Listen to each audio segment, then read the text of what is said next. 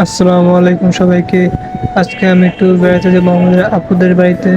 So বড় আপুদের বাড়িতে যাওয়ার আগে একটু একটা ব্লগ করতে চাইছিলাম আমি, তাই সেটাই করতে যাচ্ছি। এখন আমি রওনা দিয়ে দিলাম আপুদের বাসায় যাওয়ার উদ্দেশ্যে।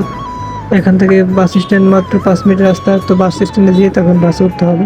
তো আমি আগেই বলছি এই ভিডিওটা একটু মজাদার হতে পারে, ভালো লাগলে পুরোটা দেখে যাবেন।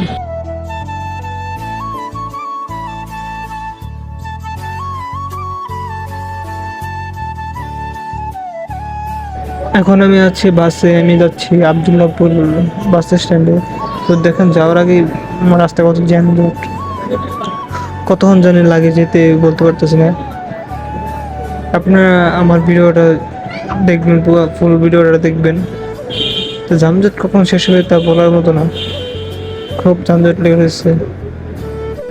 দেখছি না রিক্সাওয়ালা মামা কীভাবে মাথায় ঘুরে দাঁড়িয়ে আছে। এরকম মানুষদের জন্য বেশিরভাগ যানজট লেগে থাকে।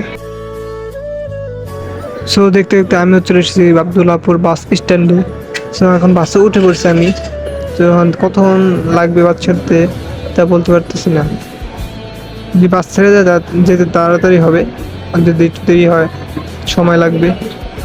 এখন দেখছি আমার সামনে হানিফ একটা বাস, এটা বাংলাদেশের পুরোটা ভাইরাল একটা বাস, যেটা সবাই চেনে। আজকে আবহাওয়াটা এমনি অনেক সুন্দর, দেখতে ভালোই লাগছে। এখন আপুদের বাসা যাচ্ছি আমি। এখন রাস্তায় অনেক ধুলাবালু, তারপর গাড়ি ঘোড়ার যানজট, এগুলো এড়িয়ে যেতে হচ্ছে। তো আপুদের বাসা যাচ্ছে অনেকদিন পরে, প্রায় 5-6 মাস দেওয়া হয়েছে। আজকের আবহাওয়াটা অনেক সুন্দর, আকাশ মেঘলা মেঘলা করছে, মনে হচ্ছে বৃষ্টি আসবে, কিন্তু না, এটা তো ঠান্ডা একটা আবহাওয়া। মাসের গরমের ভিতরে ঠান্ডা আবহাওয়াটা অনেক প্রয়োজন। দেখতে দেখতে চলে আসলাম আপুদের বাসার কাছাকাছি।